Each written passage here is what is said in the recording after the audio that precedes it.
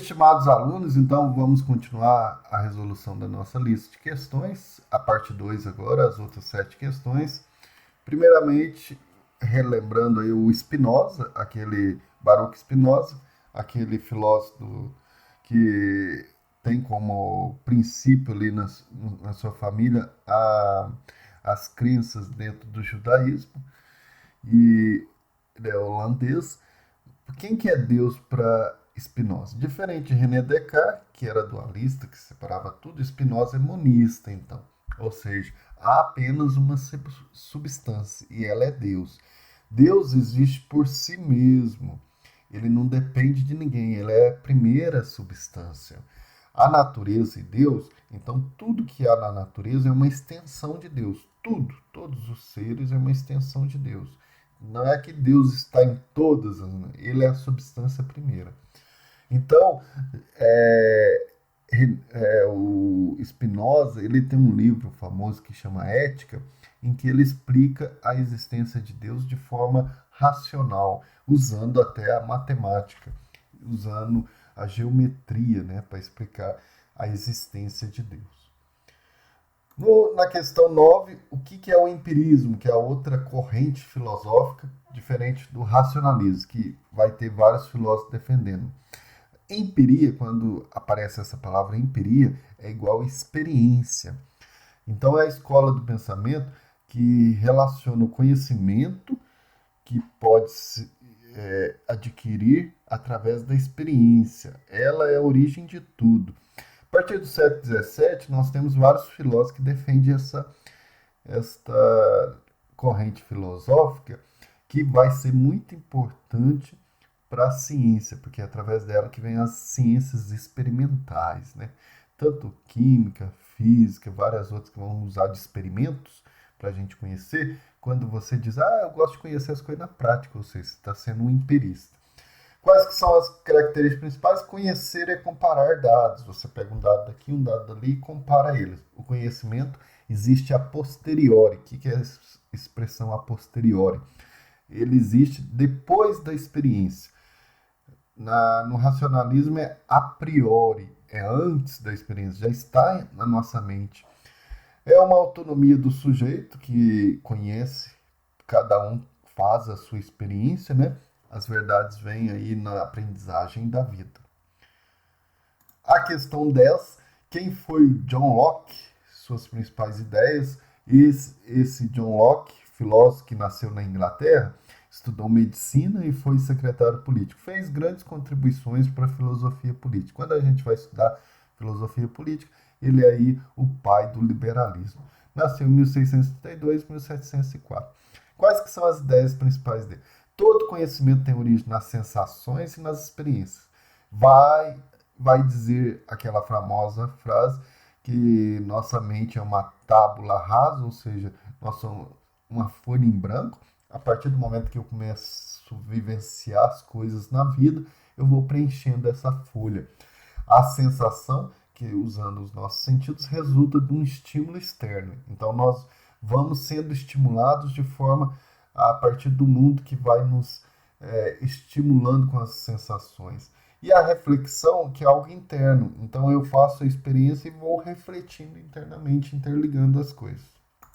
Na questão 11, quem que foi o George Berkeley? Esse também filósofo é considerado empirista, nasceu na Irlanda. Lembrando que a Irlanda, nesse período, é muito forte a questão da religião. Ele era um fiel católico, então estava muito forte pelo mundo a ideia de que pairava, então, pelo despontar da ciência, um certo ateísmo. Então as pessoas não estavam mais, como todas as religiões só ficaram baseando em crendices, agora com a evolução da ciência descobriu que era um linguajar muito pobre as crendices. E o George Beck tenta retomar essa presença de Deus no mundo. Então ele criou a teoria do imaterialismo. O que é esse imaterialismo? Não existe a existência da matéria. A matéria não existe. Olha, como não? Eu estou vendo um tanto de coisa, eu estou vendo computador, eu estou vendo parede. Para ele só existe Deus. Aí o que quer dizer isso? A ideia principal dele, o ser é ser percebido. Ou seja, eu estou no ambiente, nós alunos estamos dentro da sala. As carteiras, as paredes, as coisas existem porque nós estamos percebendo. Se a gente sair dali, não existe mais, porque nós temos apenas ideias, percebendo só ideias. As coisas não são materiais. A gente toca, a gente sente, mas isso é muitas vezes não é a explicação racional para a existência de tudo isso. Então, quando eu saio, por que, que as coisas não deixam de existir? Porque Deus, se não existe ninguém percebendo essas coisas, existe pelo menos um ser que a percebe e está presente em todas elas, que é Deus. Então tudo depende dos nossos sentidos, mas para existir as coisas todas, tudo existe porque Deus está ali. A questão 12, quem foi David Hume, que é um grande filósofo também desse período, e que nasceu na Escócia, foi um dos principais artífices do pensamento iluminista, né? O iluminismo desponta ali na França, na Inglaterra, e que dá uma revolução grande, um corte nesse período de monarquias que vem da Idade Média, de reinados. Então agora é um novo Estado, o Estado burguês, o Estado liberal, o Estado social, o Estado da sociedade, né? O Estado do cidadão. Responsável por aplicar o método experimental ao estudo da mente humana, acusado por muitos de ateísmo. Então ele é acusado por que de ateísmo? Porque ele tem essa ideia da teoria da causalidade. É um dos filósofos que cultiva a ideia do ceticismo. Então, tudo que nós conhecemos, temos ideias, esperamos, é muitas vezes crenças, hábitos do nosso dia. Como assim? Como que eu sei que amanhã o sol nascerá? Ué, até agora o sol nasceu. Então, se eu não tenho uma explicação lógica para isso, verídica, então ele vai nascer porque eu costumei todo dia ver. E vai que ele não nasce amanhã. Ah, mas como não? Então, você tem que dar uma explicação lógica para isso, de causa e efeito. Mas para ele, toda causa e efeito é apenas um hábito, uma crença imaginária. Lembrando que nesse período ainda as ciências não estavam tão evoluídas a ponto de ter explicações realmente concretas de cada efeito da natureza. Mas isso ajudou muito a quebrar essas crenças que existiam nos meios populares. Questão 13, que é muito interessante nesse contexto que nós estamos estudando. A observação é fiel à realidade? O que quer dizer isso? A resposta é não, dentro do que nós estamos estudando.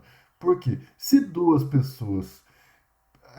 isso daí é para mostrar a questão da percepção, especialmente um pouco para o lado do empirismo. Duas pessoas percebem, têm a experiência visual de uma mesma coisa, mas ao observar o mesmo objeto, os fatos dessas experiências que estão baseados nas suas experiências passadas, os conhecimentos que você tem, as perspectivas de vida, então acaba que não existe uma objetividade absoluta aí nos processos perceptivos de observação básicos para a ciência.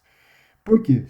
Cada experiência é pessoal. Vamos traduzir isso? Igual na imagem aí nós temos dois presos que estão pintando. Aí o mesmo foco lá, ó, a grade que dá para pro fundo, que é a paisagem lá fora. Um pinta só a grade, o outro pinta a paisagem lá fora. Por quê? Um está só enxergando que ele está preso e o outro consegue enxergar aquilo que está além da prisão. E eles estão olhando para a mesma coisa. Isso quer dizer que duas pessoas, mesmo vendo a mesma coisa, o mesmo ponto de vista, mas eles têm ideias diferentes, experiências diferentes. Aí a gente pode transportar isso para a ciência. A ciência nunca é absoluta também, objetiva, vai dizer que aquilo é a verdade, porque cada cientista vai ter um ponto de vista baseado nas experiências dele. Por fim, a questão 14, que é a diferença entre raciocínio indutivo e raciocínio dedutivo. O raciocínio indutivo, ele parte das afirmações particulares para chegar a uma conclusão universal. E o raciocínio dedutivo parte do universal para o particular. O que quer dizer isso? Eu vou criar uma vacina, ou eu tenho que fazer experiência no mundo inteiro? Não, eu uso o método indutivo. Eu faço teste em algumas pessoas ou alguns animais, faço variados testes e depois eu induzo que isso vai servir para todos. Igual assim, nós vemos gatos com cauda. Aí vai que um dia aparece um gato sem cauda, mas você já induz que todos os gatos têm cauda. Mas vai que o problema do indutivo é isso. Você pega alguns particulares e joga para o geral. Mas em alguns métodos precisa fazer isso. Agora o dedutivo, igual eu falei da vacina, né? No indutivo. Se você tiver que fazer teste no mundo inteiro, acaba as vacinas. Aí já, você não está fazendo teste. Então você precisa desse método indutivo. Já o dedutivo, ele trabalha conceitos universais. Então ele trabalha com um raciocínio mais lógico. Ele não faz indução, ele faz dedução. Então ele parte aí das ideias universais, igual exemplo aí, todo homem é mortal. Isso não tem como ninguém negar. Ah, mas existe algum imortal. Você está assistindo filme de ficção demais. Todo homem é mortal. Sócrates é um homem. Logo, então, partindo das primeiras premissas, que tem regras para isso dentro da lógica, o Sócrates, então, também é mortal, se ele pertence ao grupo de todos os homens. Então, nós terminamos a lista de questões. Um abraço a todos e bons estudos aí, bom bimestre para todos nós.